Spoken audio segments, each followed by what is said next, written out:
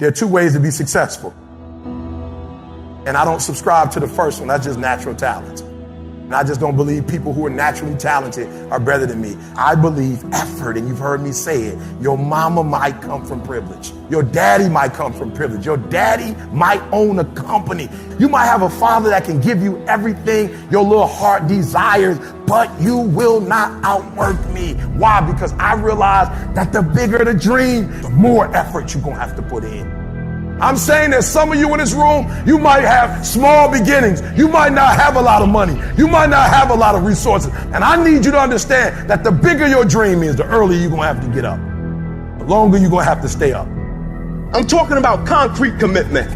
I'm talking about the commitment that says, I am going to stay true to what I said I would do long after the mood that I've set it in has left.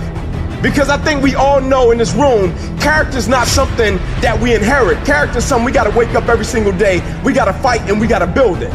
You got to begin with the end in mind. So whatever your dream or your goal is, you got to wake up every day to it. You got to go to bed with it. You got to read stuff. The music you listen to, everything you do got to pour into that dream.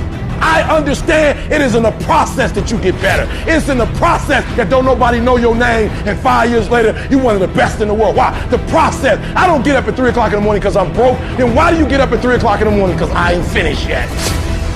I am not phenomenally skilled, but I'm phenomenally willed.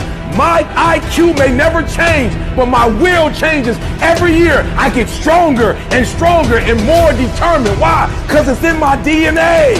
I make the decisions every single day to be successful or to be a failure. We're not dealing with chance no more, baby. It's all choice. If you are not that talented, you can beat them with time. You can get to the spot before they get to the spot. Get your butt up and get there. Get up.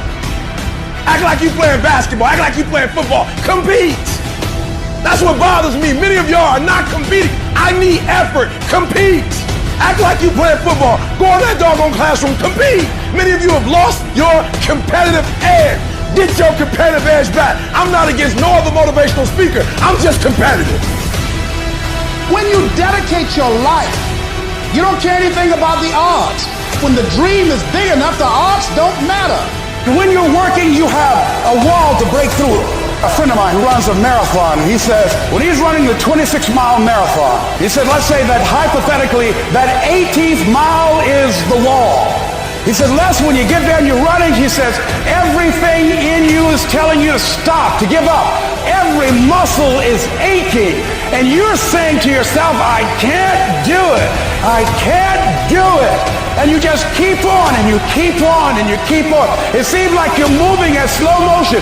And then eventually when you break through that 18-mile wall, then you know it's like done and you're on automatic and you glide on in and you know it's there.